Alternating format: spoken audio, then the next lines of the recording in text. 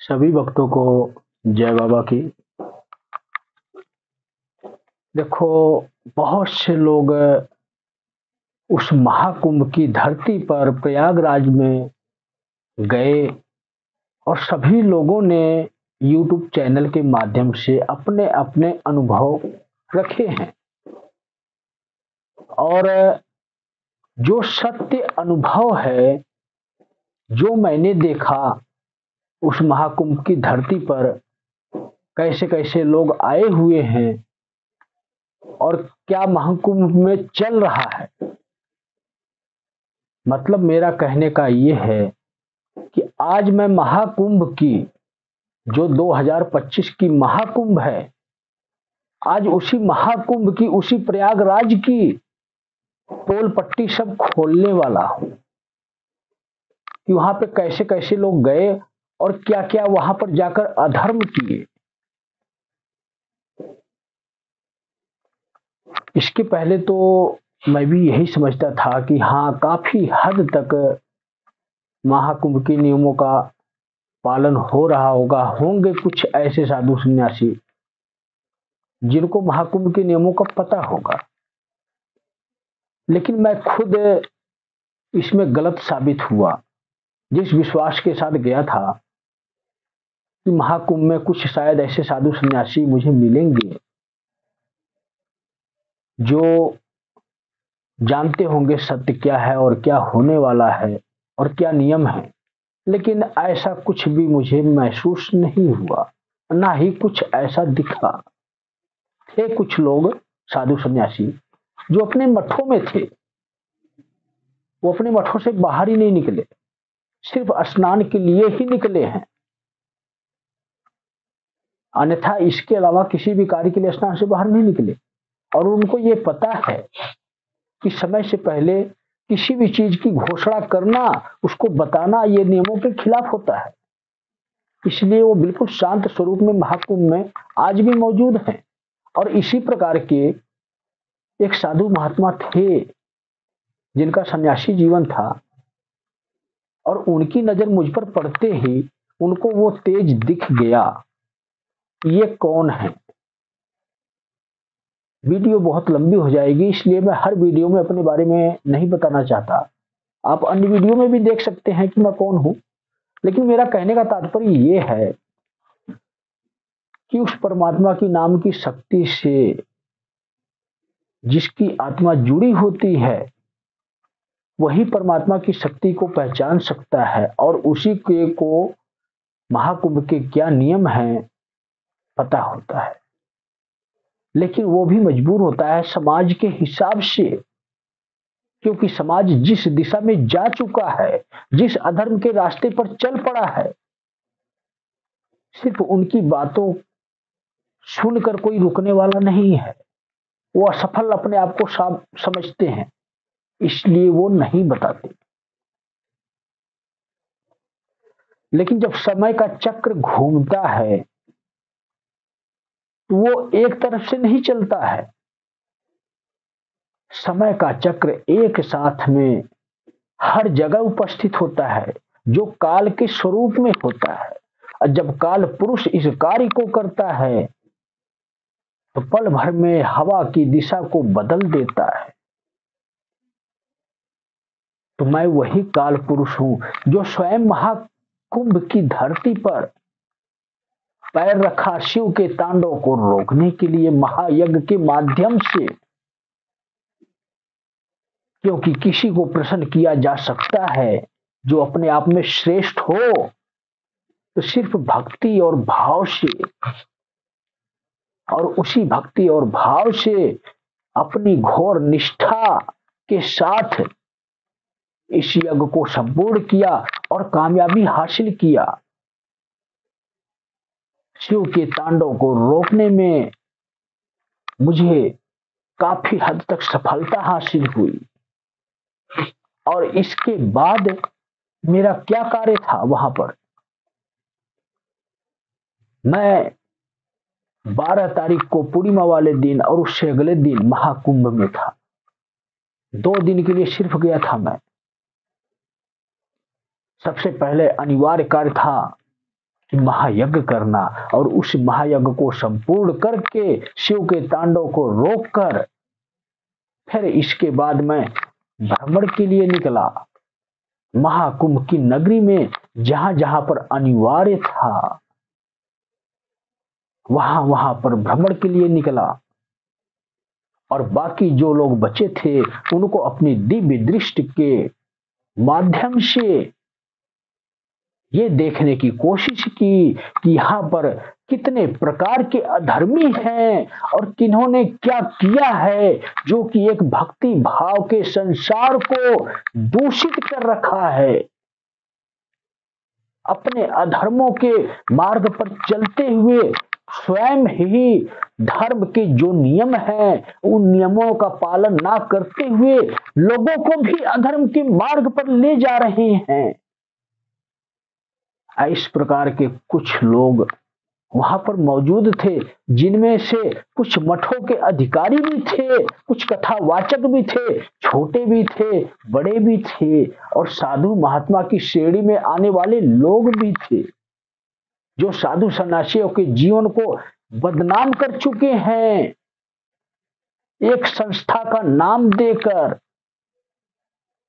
कभी भी कोई साधु सन्यासी किसी संस्था से नहीं जुड़ता है क्योंकि उसको आवश्यकता ही नहीं होती है। अगर कोई भी साधु सन्यासी ऋषि मुनि तपस्वी होगा तो सिर्फ ज्ञान के लिए ही गुरु को बनाता है और इसके बाद वो परमात्मा की भक्ति में लीन हो जाता है। उसे किसी भी सिंहासन की आवश्यकता नहीं होती है।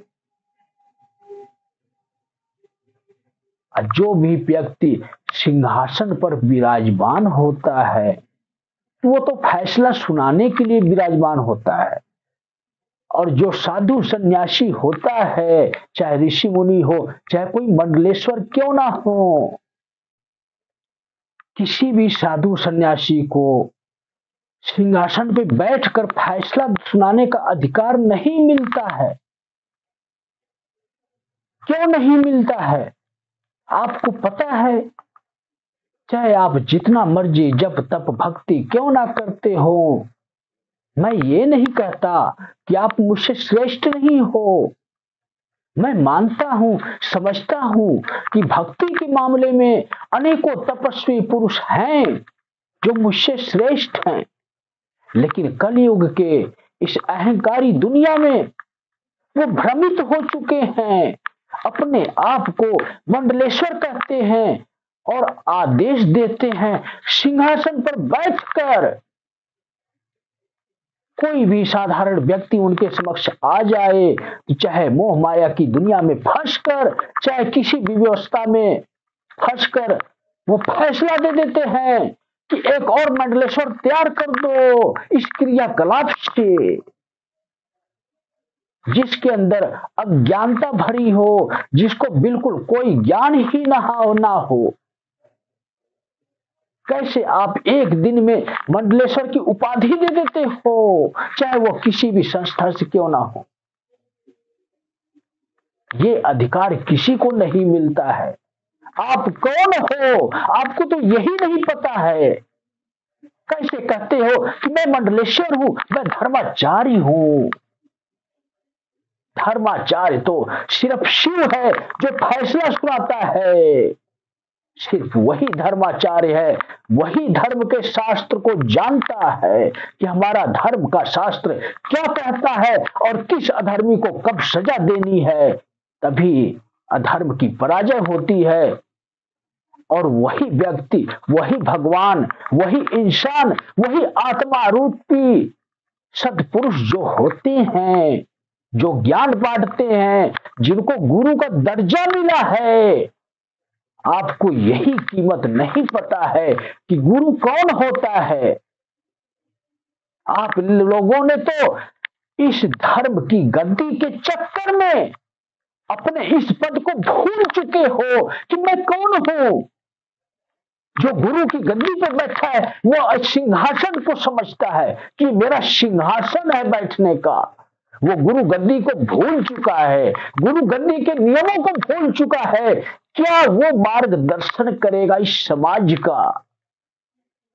जिसको यही नहीं पता है कि भक्ति से ही शक्ति मिलती है और भक्ति से ही ज्ञान मिलता है। जब तक इंसान भक्ति नहीं करता है, जैसे हम पढ़ाई करते हैं तो step by step he class को ऊपर की श्रेणी में प्रवेश करते हैं और उसी प्रकार से हमें डिग्रियां मिलती हैं, उसी प्रकार से हमें नौकरी मिलती है, उसी प्रकार से हमें पद मिलता है। इसी प्रकार भक्ति भी होती है। कोई एक दिन में ज्ञानी पुरुष नहीं बन जाता है। भगवा चोला पहनने से, सिंहासन पे बैठने पे से गुरु के काबिल नहीं हो जाता है। अपनी संस्था में जोड़ो, भक्ति वाली संस्था में उसको पहले भक्ति करना सिखाओ।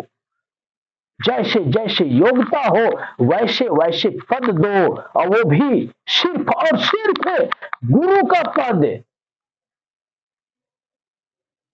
यही महत्व आप लोगों को नहीं पता है।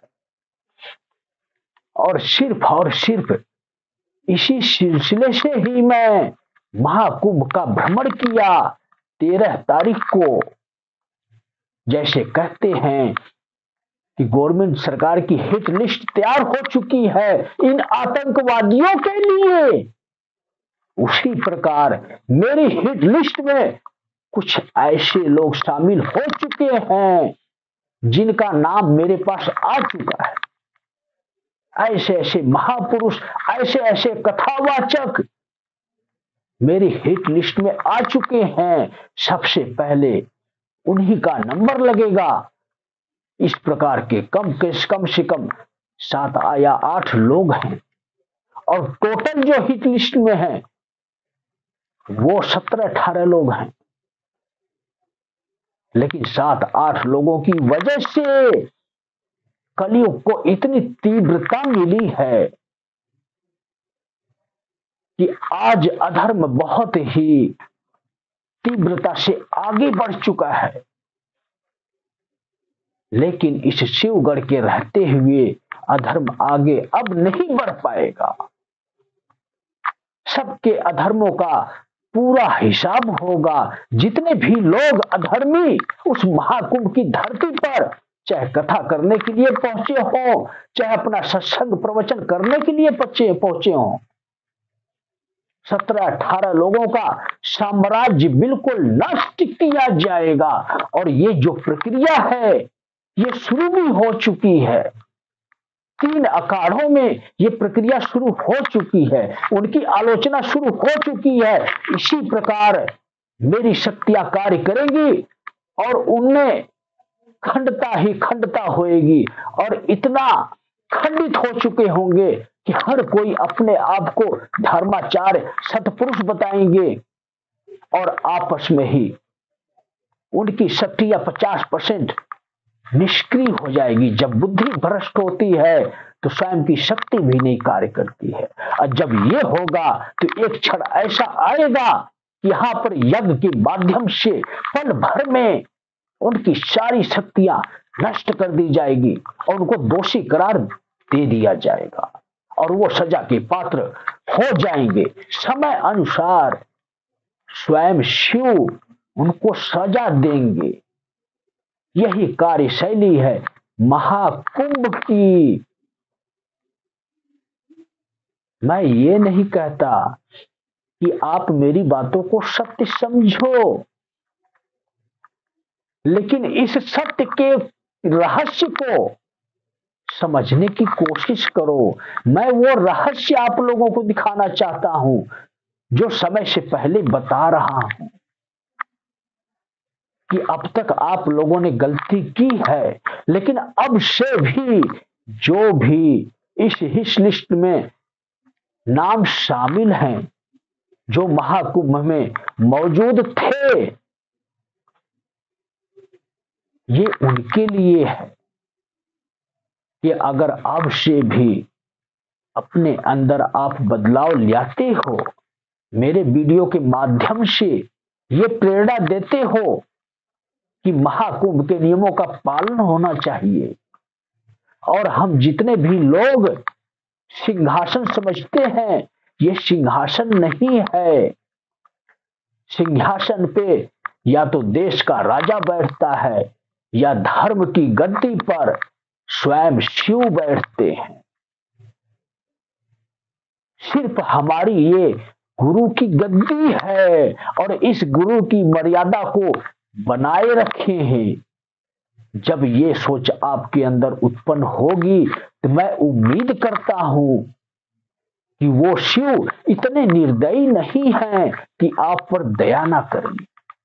अज्ञानतावश किसी के वश में होकर हम अधर्म के मार्ग पर चल पड़े हैं, लेकिन अब भी अगर आप मेरी बातों को समझते हो तो आपका ही कल्याण होगा, और अगर मेरी बातों को व्यर्थ समझते हो, ये सब बकवास है, तो समय आपको बताएगा कि जो मैंने बोला है जब आपके साथ होगा तब समझ में आएगा कि हाँ, गुरु जी ने जो स्वयं महाकाल के भक्त हैं, जो एक काल पुरुष हैं, इस कलयुग में अधर्म को परास्त करने के लिए आए हैं।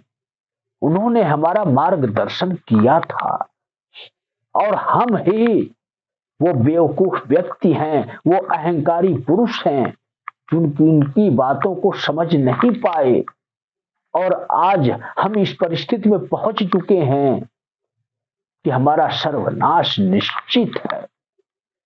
तो मैं यही समझाना चाहूंगा कि मेरी बातों को आप झूठ ना समझें, प्रकृति के परिवर्तन को समझने की कोशिश करें कि क्या परिवर्तन होने वाला है। अगर आपके अंदर कोई कमी है तो उसमें सुधार लाने की कोशिश करें, उस शिव की शक्ति के साथ जुड़ने की कोशिश करें। आपकी सुरक्षा सुनिश्चित हो सकती है, अन्यथा इस परिवर्तन में चाहे कोई कितना भी तपस्वी पुरुष क्यों ना हो, उसको भी आहत हो सकती है, नुकसान पहुंच सकता है। मेरा यही निवेदन है कि अब भी आप मेरी बातों को समझो कि मैं क्या कहना चाहता हूं। महाकुंभ हमें क्या प्रेरणा देता है, वहां पर जो घटनाएं हो रही हैं वो घटनाएं हमें क्या प्रेरणा देती हैं, हमें क्या सिखाना चाहती हैं, हमें क्या दिखाना चाहती हैं।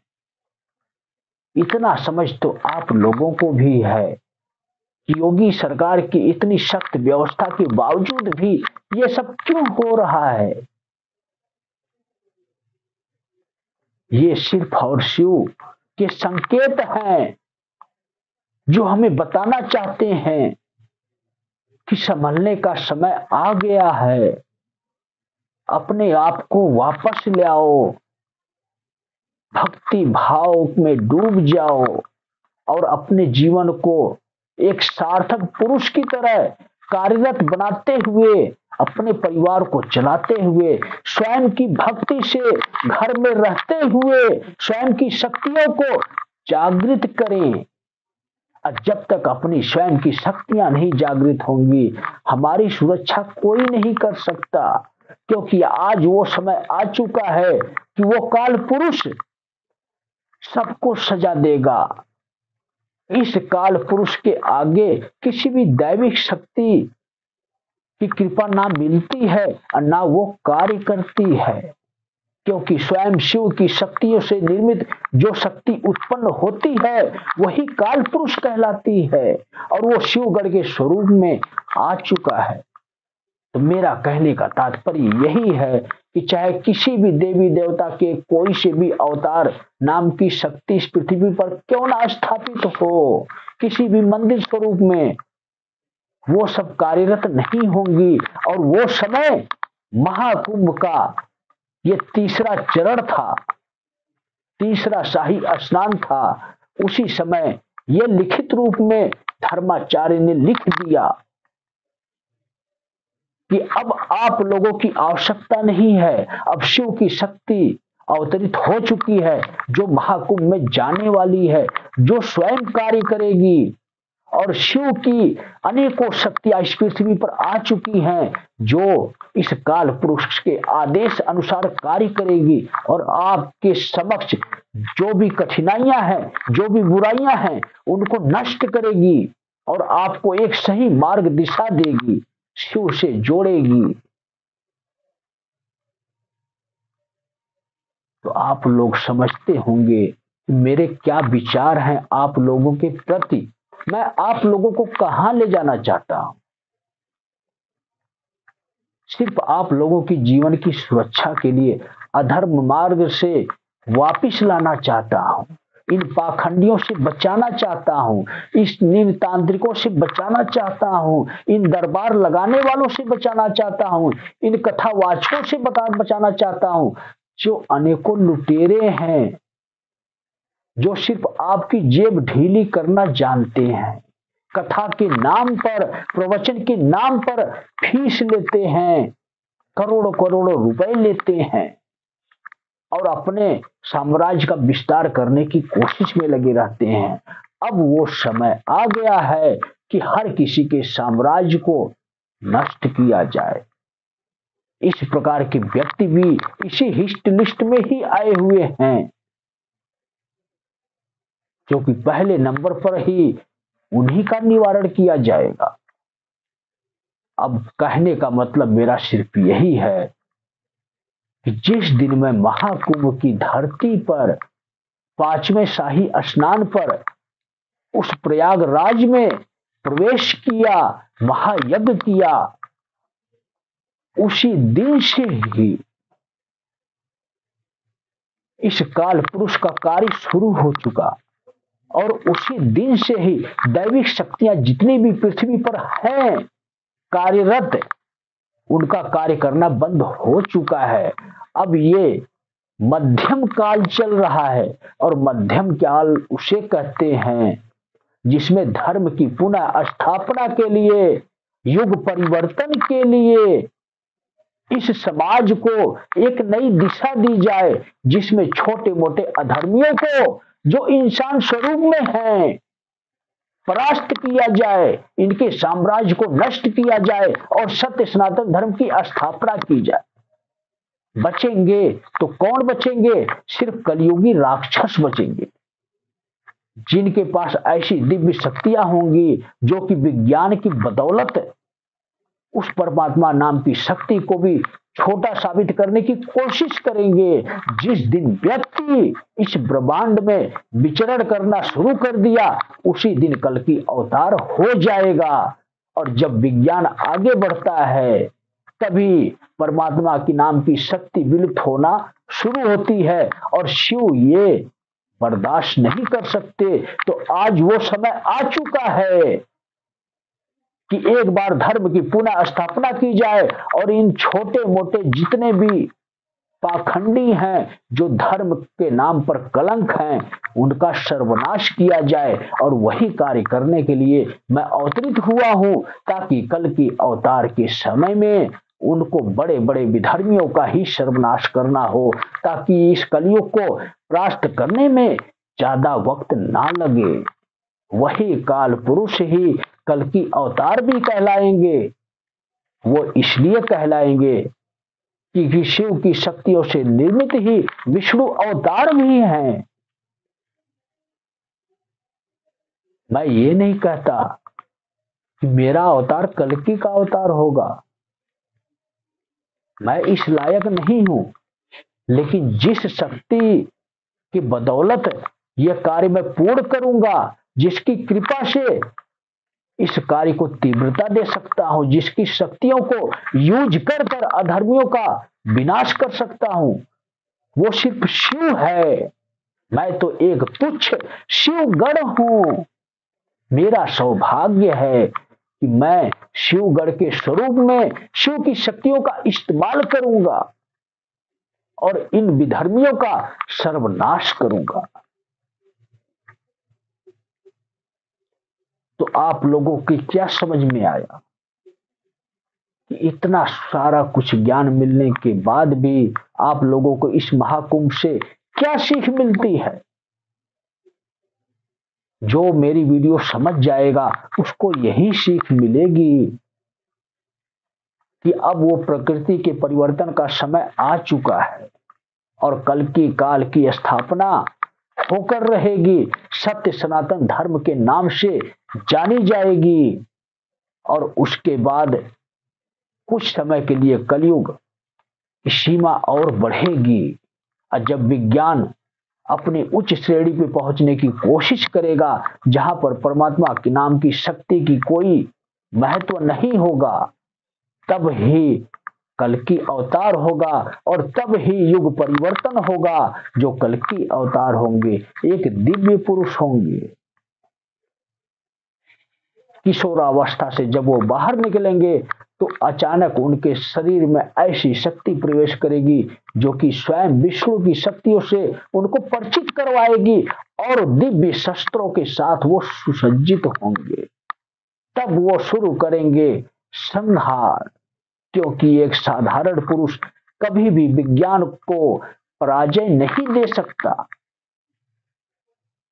तो वही होता है असली कल की अवतार।